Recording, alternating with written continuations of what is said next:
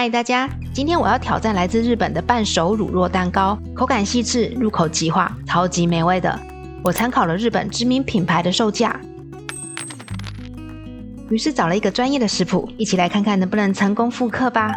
首先，我们需要鸡蛋3颗，把蛋黄与蛋白分开，然后把室温的蛋黄与细糖、玉米粉搅拌均匀。牛奶煮到小滚，边搅边倒入蛋黄糊中，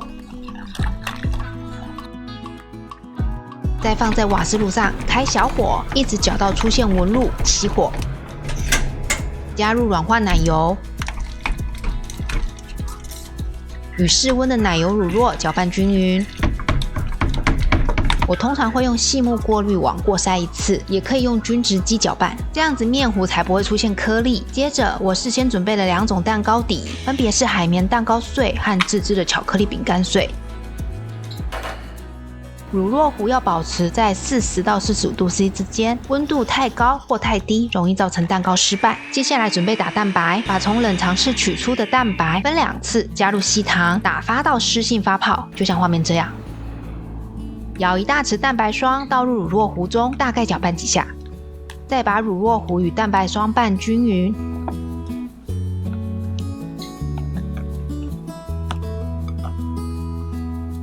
因为待会要隔水蒸烤，在烤架上放一张纸或板子，然后在模具内部围一圈烘焙纸，铺一层蛋糕碎或饼干碎，平均的挤入面糊至9分满。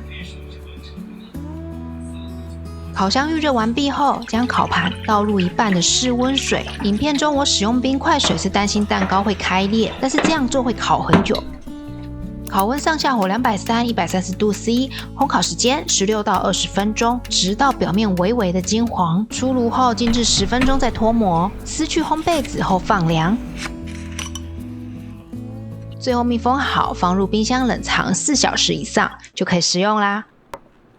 半熟乳酪蛋糕指的不是蛋糕没烤熟，而是利用温度以及时间的控制，半蒸半烤出细致滑嫩的口感。无论是冷藏吃或冷冻后品尝，味道都很好哦。这个食谱制作步骤不难，就是有一些小细节要注意。